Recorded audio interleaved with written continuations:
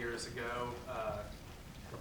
Like a lot of people, I started thinking that, hey, I thought I was just gonna hide when the bees would come to me, right?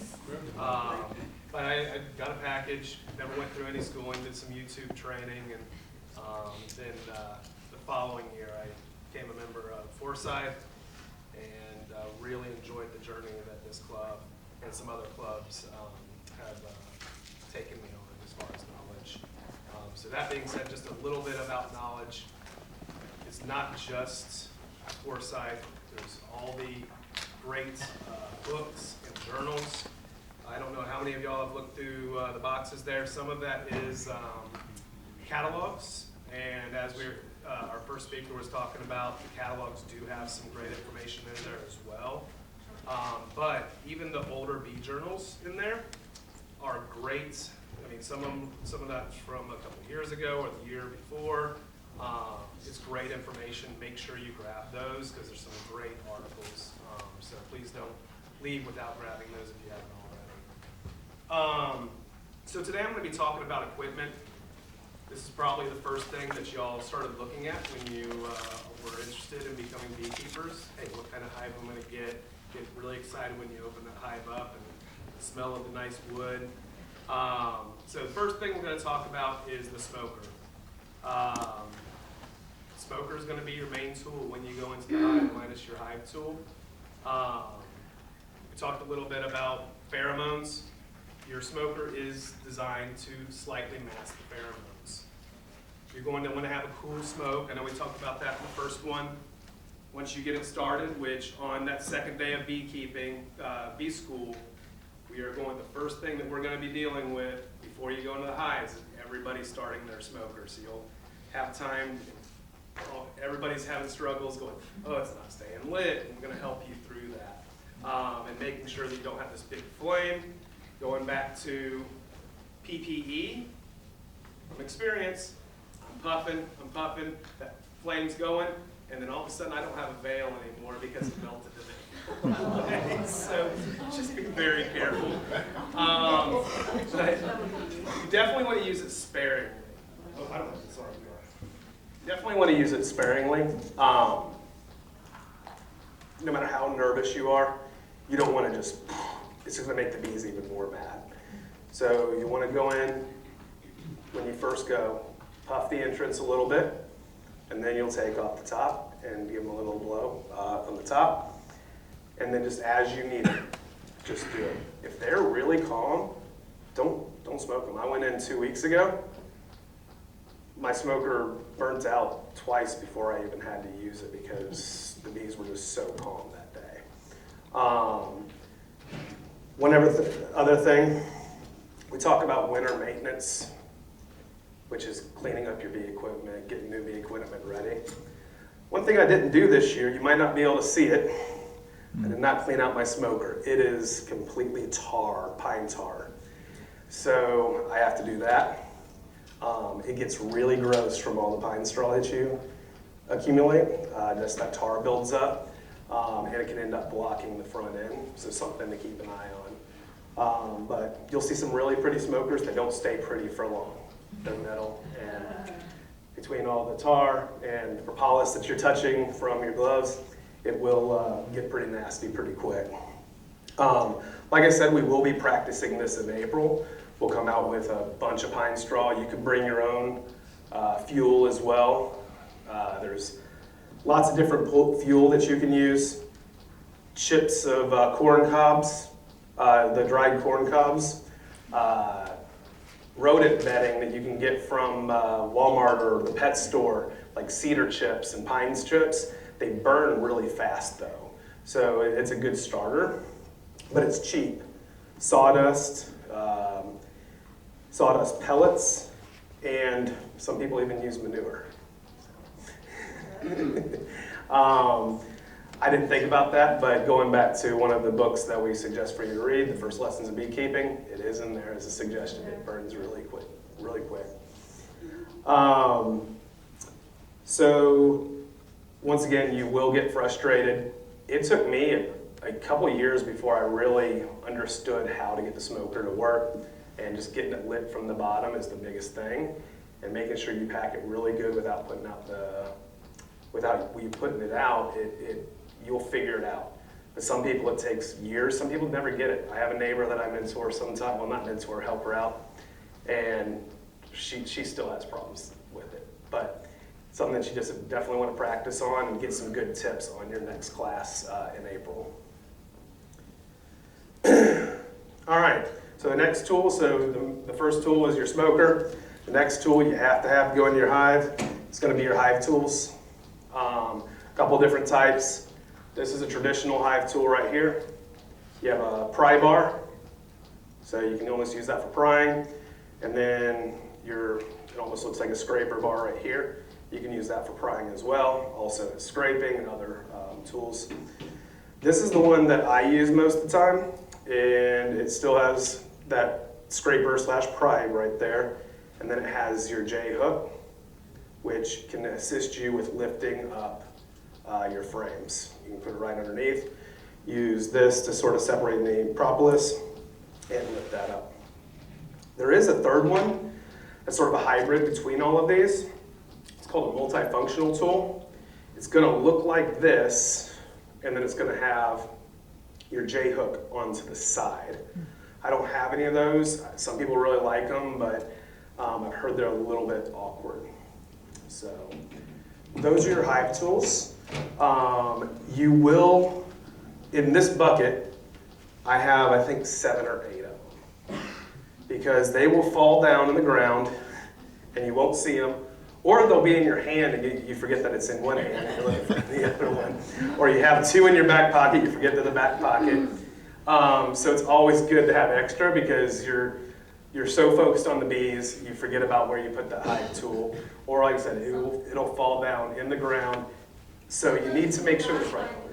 What's that? Sometimes you would just leave it in the last hive. Yep, you leave it in the hive.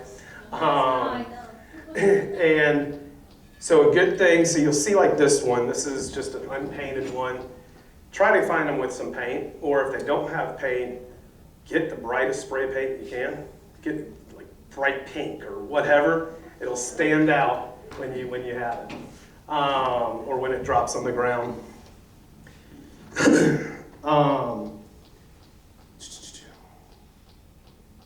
So I think I touched on all of that.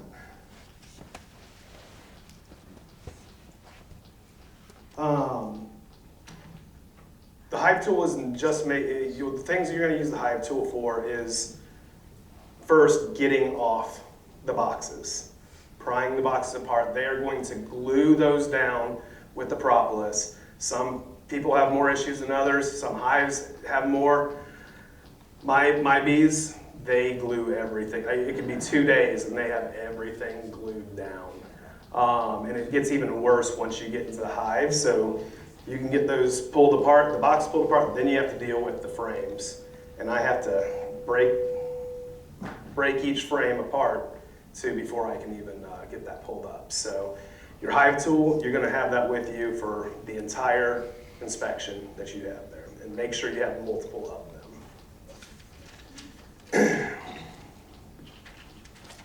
Here's your traditional and your J-hook, like I just showed you.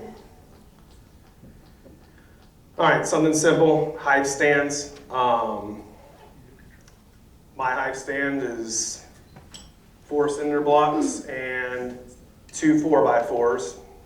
Something simple like that. This person used 4x4s and 2x4s to put this together and make it almost the exact size of their hive. If you look at the top right, that actually is a hive stand.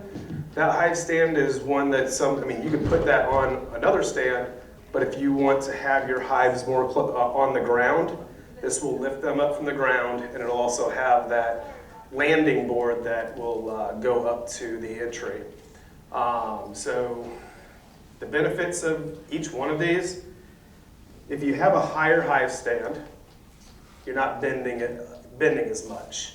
And the only thing with that is, as the season gets further and further along, and you're adding super after super, You can have that really tall if it's already a few feet off the ground, which potentially means that you're on a ladder dealing with bees.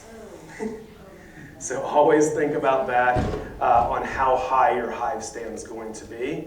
So like with the cinder block example I gave you that I have the holes in the cinder block, and one time I put it on top of the cinder block, just that extra 4 or 6 inches made a huge difference. So I shrunk that, I moved them down further because I did not want them well above my head in the summertime.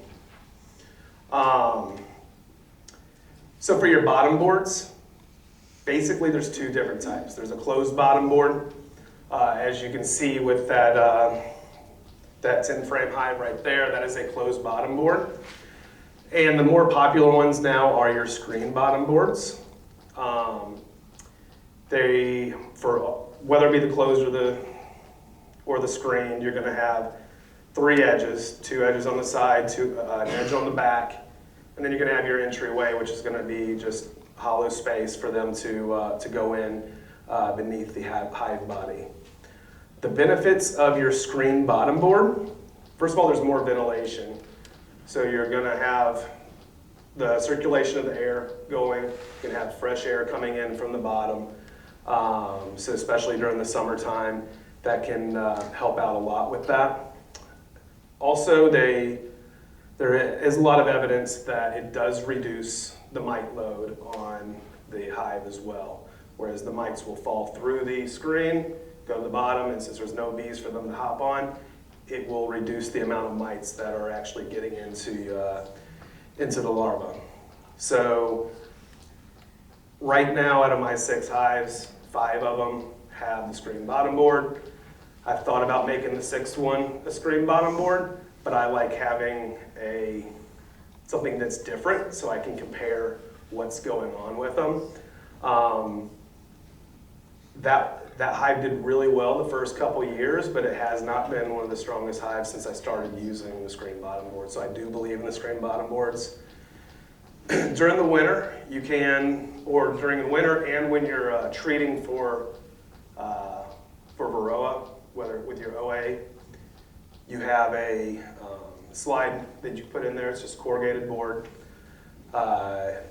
And as those get dirty, you might have to throw them away. Election signs work great for those. They're made out of the same thing. You just cut them to fit and slide them right in. But people will also put those on during the winter time when it gets cold. There are some beekeepers that never put in those during the winter. They say it actually does better, even when it's really cold, in Georgia at least. And this isn't for your extreme places up north. I took mine out when we started getting into the 40s, and it's fine. I did put them in this week for just in case, because I had so much new brood that I wanted to protect the brood a little bit, but I'll probably take it out again next week. So those are the 2 choices. I'd say the benefit of the closed bottom board would be more winter protection, and that it's an easier one to put together as well.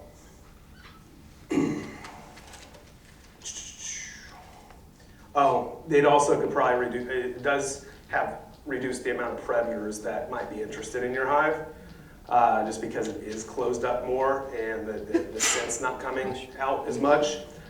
So it can tend to have less predators from usually things like your hornets.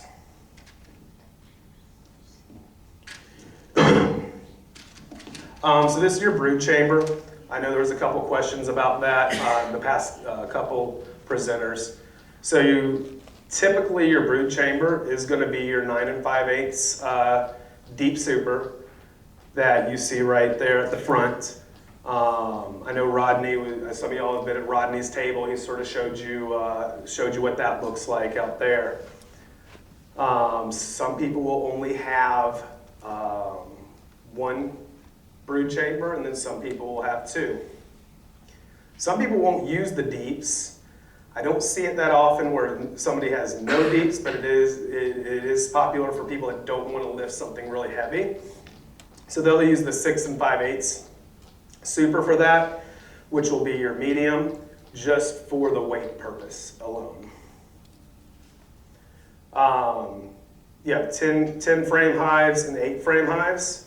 That's just another preference. If you don't want to be digging through 10 frames at a time and reduce it by 20%, that would be the reason to go to an 8 frame hive. I prefer the 10 frame hives. They're more common. If I'm getting equipment from somebody else, it's easier to find people that have 10 frame hive equipment. But whether you have a 10 frame or 8 frame, it's still easier to try to have your apiary as similar as possible. So say you start with 8 frames, you're good with 8 frames, it's easier to have multiple 8 frames than going, oh, I'm gonna have 2 8 frames and a 10 frame, because you can't use the boxes interchangeably between the two of them. So just something to think about with that. Somebody that I help out with down the street from me, she had that problem and she ended up getting rid of her 8 frames just because it was so hard when she was dealing with things throughout the year to interchange.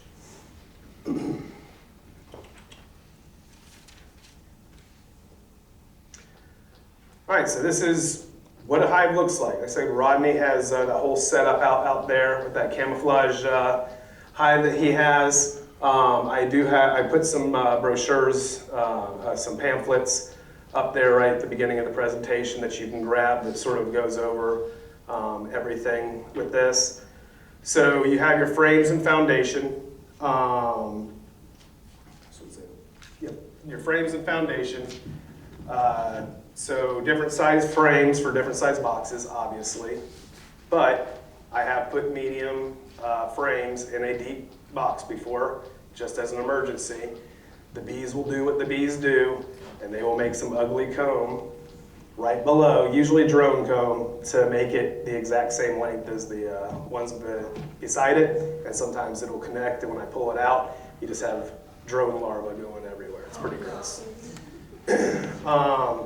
So the different types of foundation that you have your plastic, which is the most common now. They come in different colors, yellow, black. Doesn't matter what color, the bees don't care. It's dark in there. They don't know what color these are. This is for us. For my hives, I use the yellow for all my supers, my honey supers, and then black I use for my brood box. The idea behind using black is the eggs are white, so looking down the black with the white on top, it's easier to find the eggs. Other types of foundation, you have your wax foundation. So this is a thin layer of wax. This one actually has wires for support. This will help, this actually encourages the bees to grow, to build out the wax foundation a lot faster and cleaner. It's very delicate, so if you use this for a honey super frame, honey frame, when you're spinning it, it could break into pieces while you're spinning it. There's also one of these wax foundations that you can get without the metal. You can use it for the same reason, but what most people use that for is for cut comb. So you don't have the metal in there, and you can actually cut the comb all the way through. One other option, just putting in a blank frame. You would want everything else built, all the other frames built out before you do that, or else it'll get really wonky. But they theoretically will build out this whole thing with wax, especially during the early springtime. I haven't put one in myself, completely blank, but what I have done is taken just as a test, about 1 inch of wax, put it at the top, and they built that thing out really fast. So we already talked about the sizes, just making sure that you order it. It is easy if you're looking at a catalog to say, oh, I'm ordering this size frame. And then you get them in going, oh, because you're talking about 1 inch difference sometimes, 2 inches difference, and you don't think about that when you're ordering it. So because there's 3 to 4 size boxes, you have your think it'll be here a little bit later. Oh, actually, he'll talk about that in the next one too. But there are 3 size boxes. You have your deeps, your mediums, your shallows, and then you also have one that's a little bit smaller than that is specifically made for cut cone that has perfect sizes that you can cut to put in the designated containers. Frame spacers. So I haven't used frame spacers before, but as you can see, it's a little metal piece that will go on each side of the box, and it will evenly space each frame. Now, for example, if you have a 10-frame hive, most of these frame spacers will reduce it to 9 or 8 frames, because it's actually allowing for a little bit more space between the frames.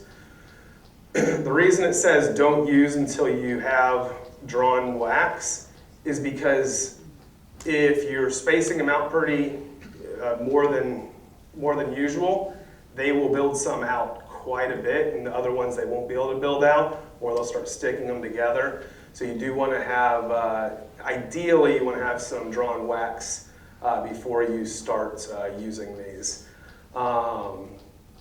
What these could be useful for is easier to get them out of the hive because they are spaced out a little bit more. Also, for honey production too, you will have more honey per frame if they're able to build the wax out further. So queen excluders, you have 3 different types. I've actually never seen a wood one before, but they have metal and plastic. The one we have outside, out there is metal.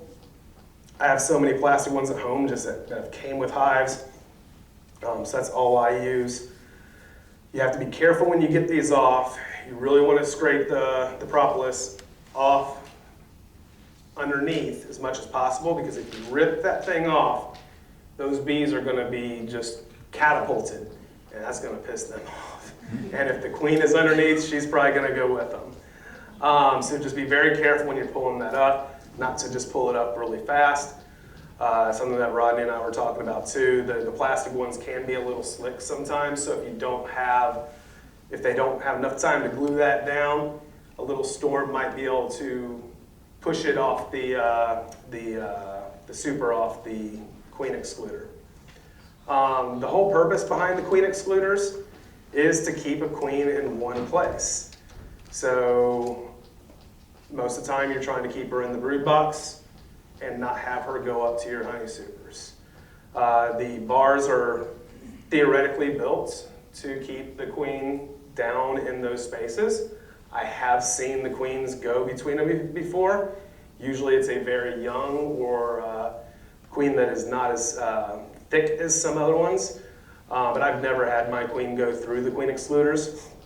Other things that you can use queen excluders for, and we'll talk about this more in disease management, is when you are trying to do a forced brood break to get her away from the brood just for a temporary time to do an OA treatment and you'll learn more about that later, probably in July in that class.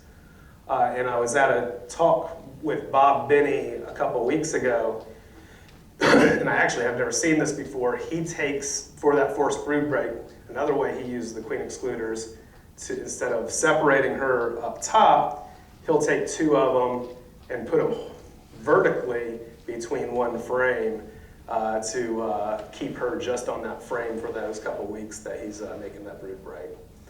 So some people hate queen excluders. They say that it reduces the amount of honey that you get and that the queen knows her boundary, saying, all right, this is as far up as I go. I stay here. I get plenty of honey. I know people that swear that they get just as much honey as when they didn't use the queen excluders. So that's just it's more of a preference thing. I would never not use them because I don't want to say, oh, am I gonna be looking through these extra boxes for my queen? So that's just my personal preference, is making sure I use that queen excluder.